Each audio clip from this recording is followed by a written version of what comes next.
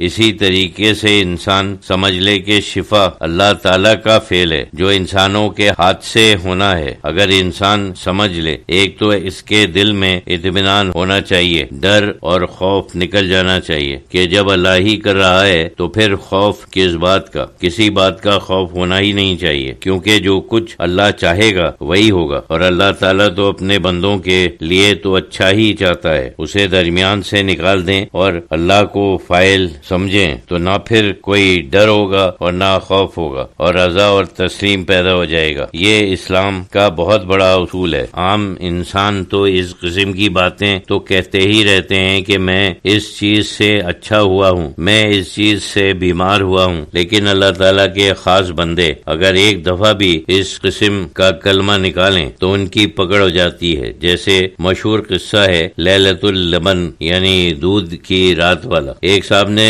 سوال کیا کہ اگر ہم یہ سمجھتے ہیں کہ ڈاکٹر کے پاس اللہ کی طرف سے شفا ہے تو پھر اس کی بات ماننی چاہیے۔ حضرت شہید اللہ فریدی رحمۃ اللہ علیہ نے فرمایا اگر کوئی خاص وجہ نہ ماننے کی ہو، مثلا ہمیں تجربہ ہے کہ اس چیز سے فائدہ نہیں ہوگا یا کوئی اور خاص وجہ ہو، ورنہ تو مان لینا چاہیے۔ ایک صاحب نے عرض کیا کہ بعض ڈاکٹروں کا رویہ اس قسم کا ہوتا ہے جس سے تکبر ظاہر ہوتا ہے۔ حضرت شہید اللہ فریدی رحمۃ اللہ علیہ نے فرمایا تو اس کے پاس نہ جائیں، کوئی ایسا معالج منتخب کرنا چاہیے جس سے تمہارے دل کو اطمینان ہوتا ہو۔ جب اطمینان ہو گیا تو پھر اسے اللہ کی طرف سے ایک نعمت سمجھنا چاہیے اور اللہ کے اسم شافی کا مظہر سمجھنا چاہیے۔ میں کہتا ہوں اگر ہم ایسا کریں تو اگر اس کے ہاتھ میں شفا نہیں ہے تب بھی ہو جائے گی، کیونکہ جب ہم کہہ رہے ہیں کہ تم نہیں ہو بلکہ اللہ ہے اور اسے بیچ سے نکال رہے ہیں تو پھر کیوں نہ اس سے علاج کرائیں، پھر خود اللہ ہی علاج کرے گا۔ یہی ایک صحیح طریقہ ہے۔ ہاں، پہلے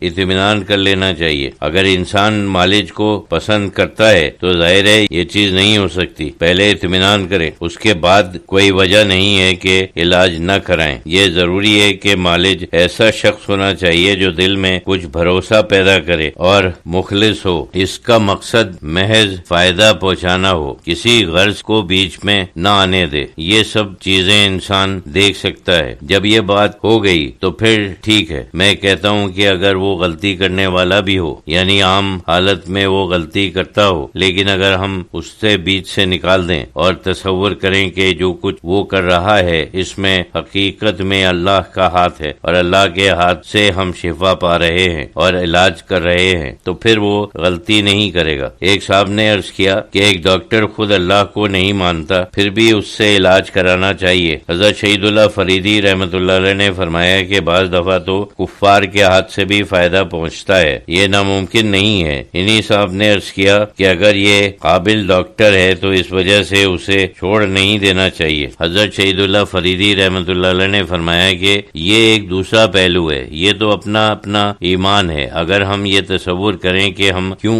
کسی کافر سے فائدہ حاصل کریں، مومن سے کیوں نہ حاصل کریں، یہ بھی ایمان کا ہی ایک پہلو ہے، لیکن ویسے تو ضروری نہیں ہے، کیونکہ بعض دفعہ کافر سے بھی فائدہ پہنچتا ہے۔ اکثر لوگوں نے غیر مسلموں سے علاج کرایا ہے۔ اگر مومن اللہ کے اسما کا مظہر ہے تو کافر بھی تو ہے، کافر اس سے باہر نہیں ہے۔ ایمان کے سلسلے میں اللہ تعالیٰ نے انہیں گمراہ کیا ہے، وہ بھی تو اللہ کا فعل ہے۔ ایک صاحب نے عرض کیا کہ اتباع تو اب بھی ہوا، شافی لکھتے ہیں۔ حضرت شہید اللہ فریدی رحمۃ اللہ علیہ نے فرمایا کہ لکھتے تو ہیں لیکن یہ دل میں ہونا چاہیے، وہ رسمی طور پر لکھتے ہیں۔ اکثر لوگ بسم اللہ الرحمن الرحیم لکھتے ہیں لیکن ان کے دل میں اللہ کا خیال نہیں ہے۔ کہنا اور بات ہے، دل میں حاضر ہونا اور بات ہے۔ وہ اگر واقعی دل سے اور تصور کے ساتھ ہوا شافی لکھتے ہیں تو واقعی بہت بڑا فائدہ ہوتا ہے۔ ایسے لوگ جو اس وقت تصور کرتے ہیں کہ جو کچھ میں کر رہا ہوں اللہ کی طرف سے کر رہا ہوں وہی شافی مطلق ہے، میں تو بیچ میں صرف ایک بہانہ ہوں، تو وہ ضرور